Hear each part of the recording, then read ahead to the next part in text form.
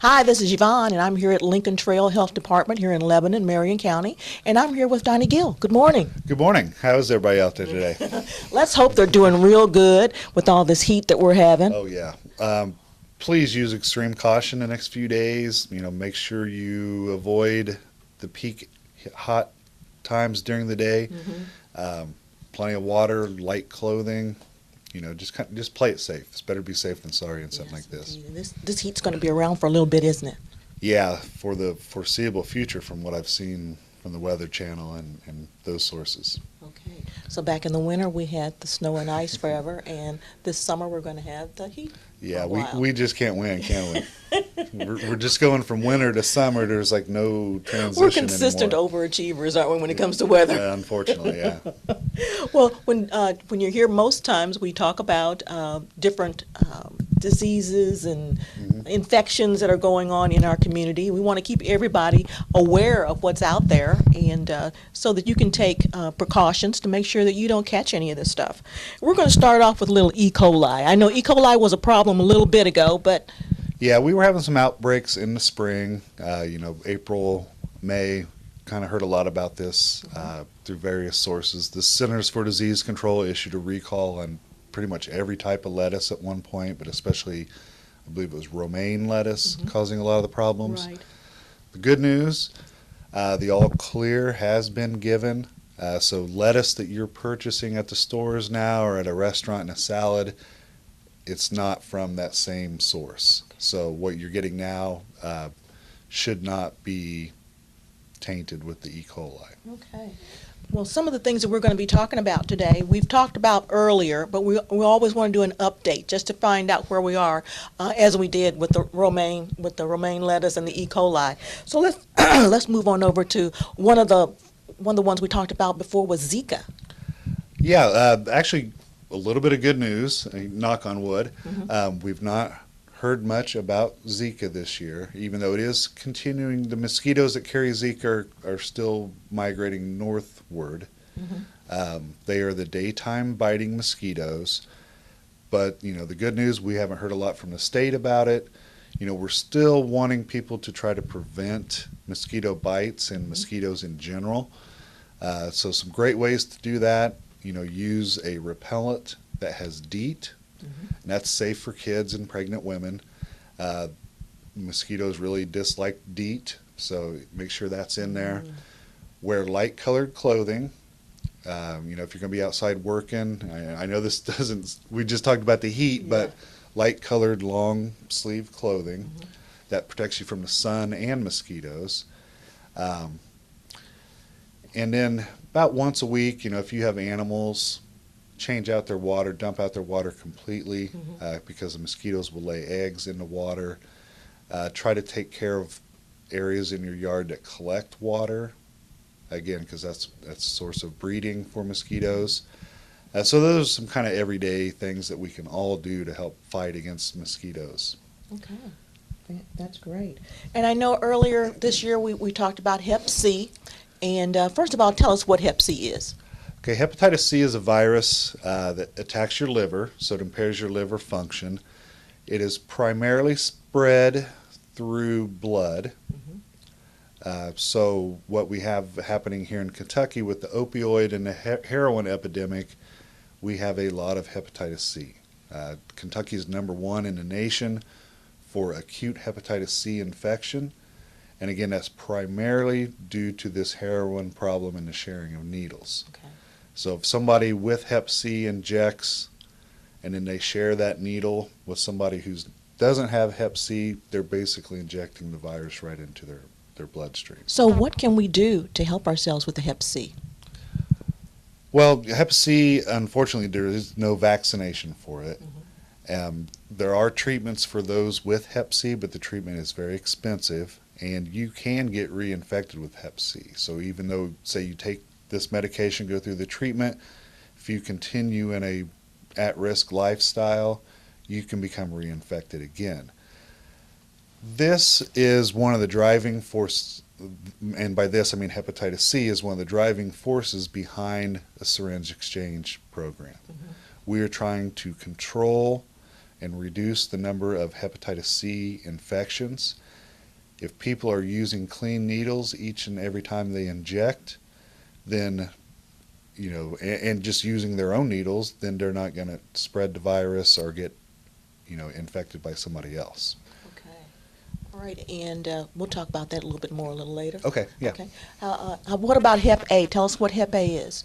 Okay, hepatitis A is another infection, another virus that attacks the liver. This is spread primarily through fecal matter, so somebody who went to the bathroom or changed a diaper or cared for someone, an adult in, diapers and care and that kind of situation, got maybe a microscopic particles on their fingers, their hands, didn't wash them properly, then they put their finger in their mouth, that's a way to get it. Or if they're preparing food for someone else, the food can get contaminated. It's really gross to think about, but again, that is how we get hepatitis A. Good news, you can get vaccinated for hepatitis A, and all school children going into the 18-19 school year are required to have a hepatitis A vaccination. We at Lincoln Trail District Health Department, we're having some in our high-risk counties, which are Nelson and Hardin.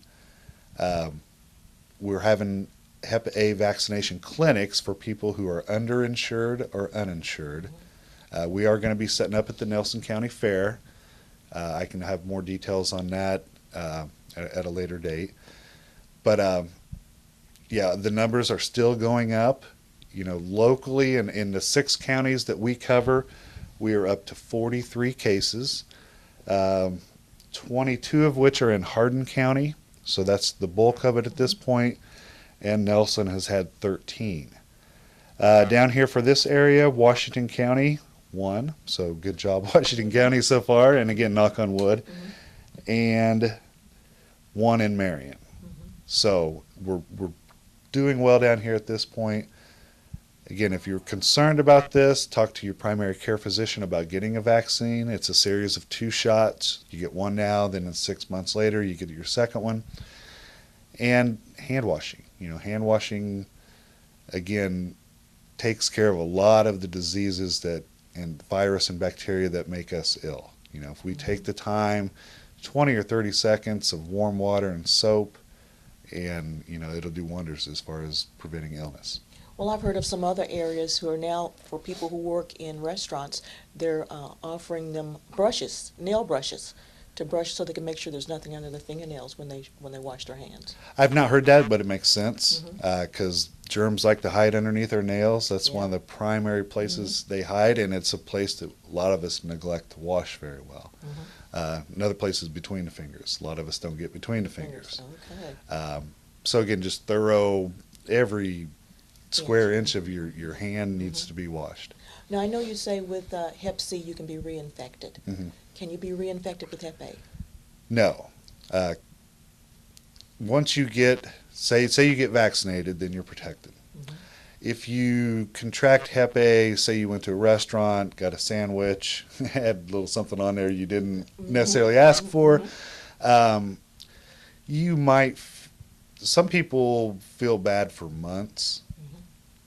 I mean, it's not a debilitating illness, but you're not going to feel very good at all for several months until your body can fight it off.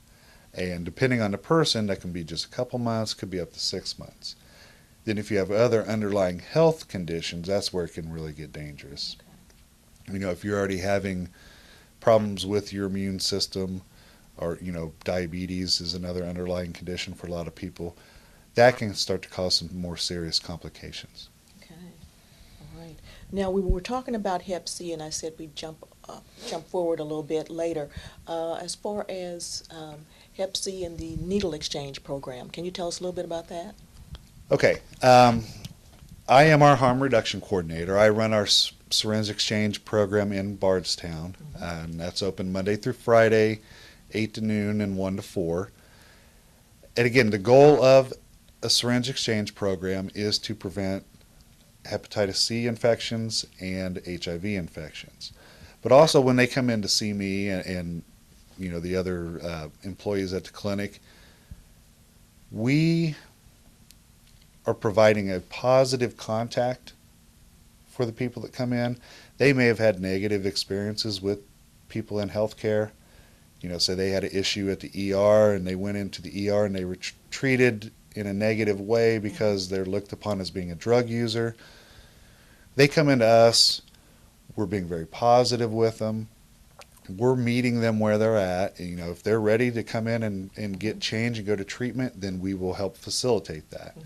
If they are happy injecting however many times a day they're injecting, then that's where we're meeting them. And we're going to supply them with clean, sterile syringes and cookers and cotton and all the paraphernalia associated with injection drugs.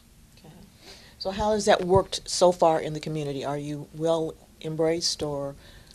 It was very slow going at first. We've been open for right at a year now. I believe the first 2 months we didn't have anybody come in. It was just me and a certified alcohol and drug counselor sitting there talking every Thursday afternoon.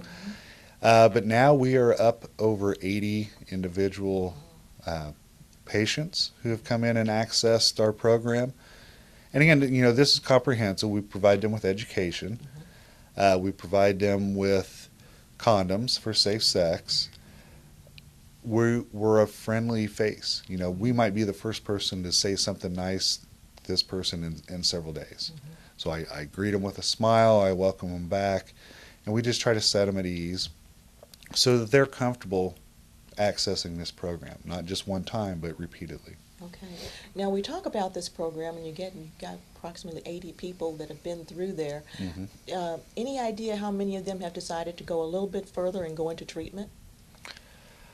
To my knowledge, we had a couple that were teetering very close on site at a couple different times. We've referred them to other places for treatment. We had one gentleman come in, he had some really bad abscessed teeth, so we got him over to the ER. We've linked people up with some of the local resources in Bardstown, to get food, maybe help with rent, other programs like that. As far as treatment, to my knowledge, none at this point. But I was obviously hoping for some, but again, we can't make somebody go to treatment. Right. It has to be a personal decision. If it's forced upon them, it's not going to work. Okay. So what is the goal of this program? The goal of the program is to prevent HIV and hepatitis C infections and to keep the needles off the streets. We don't want people getting accidentally stuck. We don't want kids in parks getting stuck. We don't want our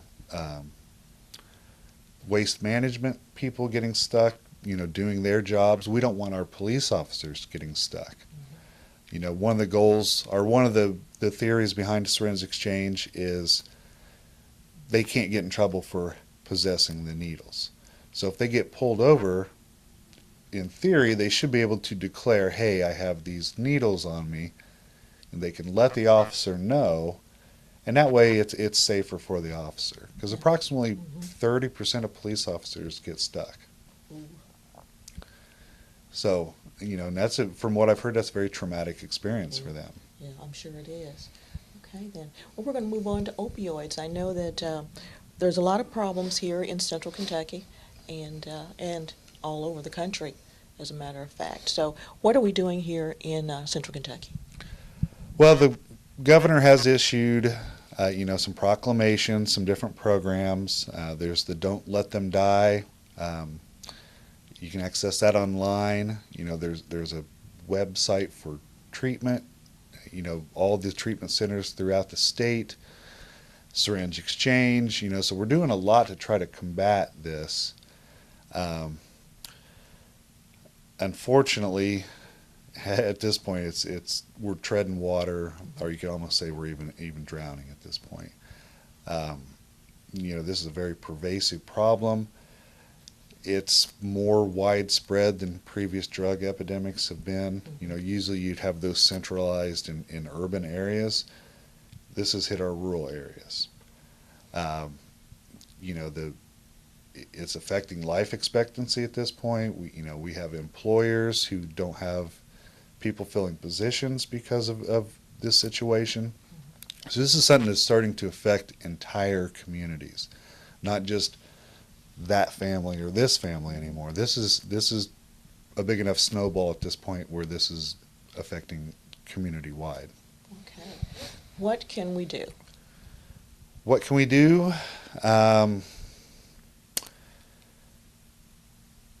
If you're prescribed opiates for pain for legitimate reasons, follow the prescriptions. Don't try to self-medicate. Find other ways to manage your pain. You can talk to your physician about that. Say if you've had past addiction problems and get hurt, make sure you let your doctor know, hey, I can't take opiates. I had an addiction problem. Be aware of your family members, because again, this is something that's affecting so many people at this point. I think almost all families have been touched to some degree or another. Personally, it's through my sister-in-law.